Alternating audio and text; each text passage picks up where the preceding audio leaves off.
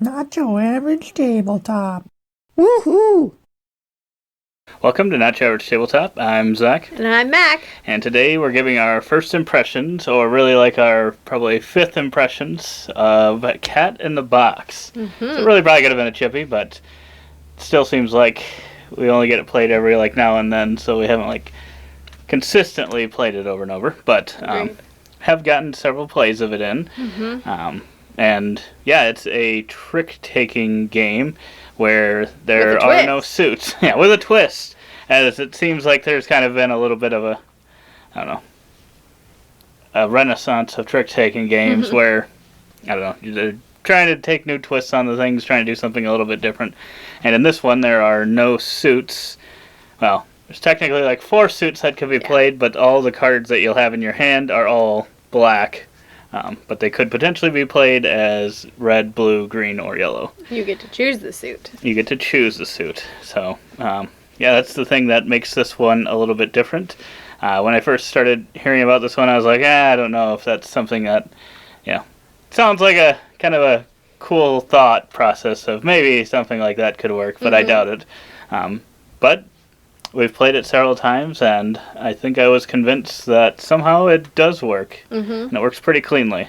I think so, too. But, yeah, so I think after those plays, I'd probably put this one close to the top of a lot of my, of the trick-taking games that I have played. I'm trying to think if I would put it above Fox in the Forest or not, because I think that one's probably the one that I'd always say is my favorite. Probably depending on the day, depending on the player count, because obviously Fox in the Forest is only 2-player if you've never played that one before. And this one can go up to 5 players. I don't think we've ever played at the max player count, but so I don't know how it plays, I guess, at that. But no, I think we've played at both 3 and 4 before, so I think it worked well at those player counts. I guess, what have your thoughts been on it? Yeah, I think it's fun. It's unique. I grew up playing the card game Hearts, which is a trick-taking game, and I feel like it's fairly similar to that, where you're trying to slough some, trying to win some. But what I think is great about this game is that you have to declare how many tricks you're going to take, and you can't just say, I'm going to take 1, I'm going to take 2. You have a set amount that you're going to have to declare depending on how many players you have, and so, sometimes at a minimum, I think there is 1, a 0. 3, or 4. Yeah. I guess, at the higher player counts, they might change. So, there are so many different ways to go about that, and you might have, higher cards in your hand and think, oh, I'm going to get stuck with every trick, but the part where not knowing what suit, is going to be led, and then there's a trump element to it, kind of can lead you astray, because, in typical card taking or trick taking games, you're probably going to win the trick if you have a high card of that suit, and here that's not necessarily always the case. It definitely can be the case, but there are kind of ways around it because you're not limited to what is only in your hand in some ways. So if you only have diamonds, you can only play diamonds, but here you can choose, I just am not going to play any more green cards, and all of a sudden throw off the entire balance of how the game would typically run if this was a preset number and suit deck. So, which it is not. Yeah. But I think at least what reins it back in is there is a board that you will be playing on, so it's not like you could play a 6 as a green, and then later again, if you had another 6, play it again as a green. So do it. It's as if the deck has already been set up, but not technically. Right. So you're setting it up as you play. Right.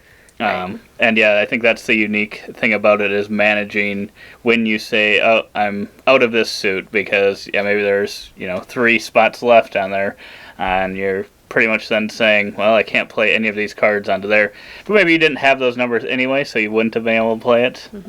So maybe that's why you have to go out of a suit. And that board adds another element where if you get your tricks correct, how many you claim you're going to get, there's a bonus aspect of your little tokens on the board indicating the color when they're adjacently connected, they're equal to, I think, an additional point for each one you have adjacent to each other on the board. So, which is like another... The biggest group. Yeah, which is kind of another piece, because you'd like to claim numbers kind of together in order to get that bonus, but that bonus is only worth it if you get the tricks you say you're going to get. So... Yeah, there's a few things you're managing there, and then, the main thing is you may be asking, well, what happens, because there's actually in every number of cards, there's 5 cards of each, so technically, when there's only 4 colors, 4 suits, there's going to be a card that can't be played, potentially, and that's where, at the beginning of each turn, you get to discard, you'll shuffle out all the cards, and then you'll get to discard one card that only you know is out of the game, and pretty much that knowledge will give you that there's only 4 of that number now, and I know that, so I can wait till later on possibly to play that. So that's some knowledge, and then you don't play the last card, so you're going to be avoiding not playing 2 of the cards from your hand, which I think is the funnest part of this game, is trying to manage your hand and not cause an anomaly. Unfortunately, I think that kind of hurts the game too. If you do cause an anomaly, a paradox, it is not good. No. You'll actually get negative points for all the tricks you've taken. So you hope if you did do it, that for some reason you had not taken any tricks up to that point. Yeah. So then you at least don't lose points.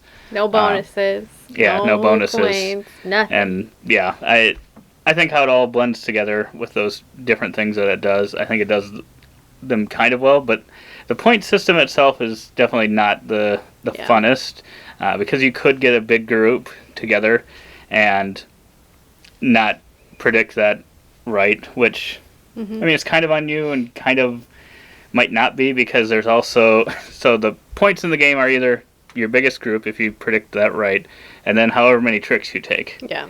So sometimes it's like, well, as long as I can avoid causing a paradox, which I guess that's the only downside to trying to collect as many tricks as possible. Correct. I might as well just keep trying to take as many of these tricks as I can and just get a ton of points that way. Probably messing over everyone else's prediction, potentially. Right. And then it doesn't even matter what they put together because they didn't get that right. And now you've taken almost all their tricks and they've gotten maybe one apiece or something. I don't know. Yeah. The scoring is a little, I don't know how I would do it differently, but it's kind of hard to come back from a paradox in some cases. I feel like you just aren't, if it's a bad enough of a paradox, you're going to probably not be in a great spot for the rest of the game. It's not to say and there's not many rounds. Yeah, it's not to say one of your opponents can't get a paradox, but it's hard because Yeah, I think if you're the only one that doesn't cause one, you should have a decent chance of winning. And I think doesn't you were mean you're the going only to win, one who didn't cause one in our recent 3-player game, and you that's won. True. That is true, but I don't think for sure that it would mean it, but it's probably, it's going to definitely give you an edge up on everyone else. Right. So yeah, that's why I would probably, I don't know, I'd put this one somewhere between a 7 and 7.5. I really do enjoy, like I said, the funnest part to me about it is just trying to avoid causing the paradox, managing my hand to not cause that, and that's obviously not necessarily just the point of the game, because you're getting points from other things as well. So it depends how you look at it. Yeah. But I do really enjoy playing the game.